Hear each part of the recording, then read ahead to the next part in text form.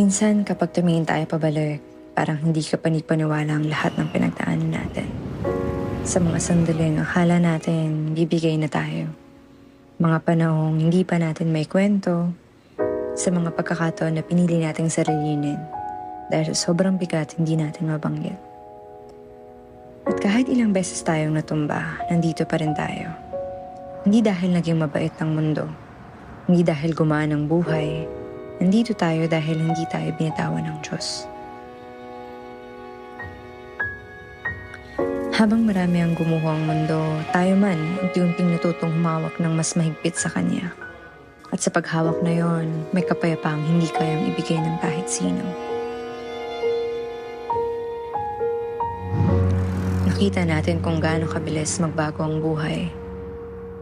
May mga pangarap na nawala, relasyon na nasubo, plano na hindi natuloy. May mga araw na wala tayong sagot.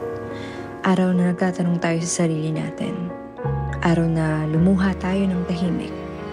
Pero kahit sa katahimikan, narinig niya tayo. Nang lumamig ang mundo, piniramdam niya ang init ng pagmamahal. Nang mahirap manatiling matatag, pinalakas niya tayo. Sa pamamagitan ng mga lingkod niyang hindi nagsasawang umalalay, manalangin at magturo sa atin. Kaya sa kabila ng lahat, puno ang puso natin ng pasasalamat. Hindi dahil perpekto ang naging buhay, kundi dahil kasama natin ang Diyos sa bawat hakbang. Marami mang nawala, hindi natin nawala ang pinakamahalaga. Ang pag-asa, ang layunin, ang lugar natin sa Kanya. Ngayon, muling nagtitipon tayo. Hindi tayo lumalapit ng walang dala. Dala natin ang pusong napagod pero hindi bumitaw. Pusong nasaktan pero matatag na. Kasi ngayon, umabot tayo rito dahil kasama siya. At sa harap niya, isa lang ang pangako natin.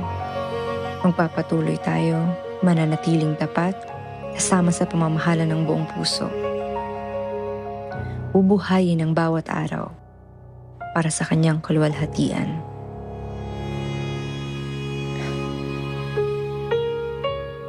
Pero bago tayo humakbang papunta sa panibagong taon, mahina man ang boses, buong puso pa rin nating dinadalangin. Panginoon, manatili ka po sa amin.